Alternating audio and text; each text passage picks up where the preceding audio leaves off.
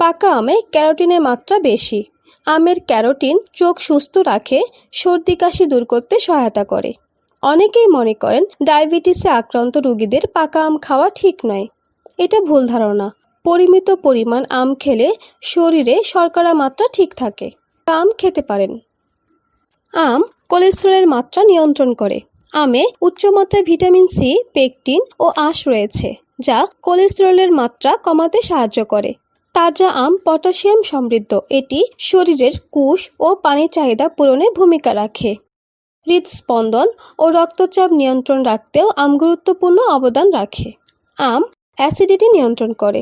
আমে রয়েছে tartaric acid, malic acid ও citric acid. এটি শরীরে অ্যালকালির পরিমাণে সমুন্নত রেখে অ্যাসিডিটি কমায়। হজম শক্তি বৃদ্ধিতে সহায়তা করে আমে থাকা প্যাকটিন, যা হজম শক্তি বাড়াতে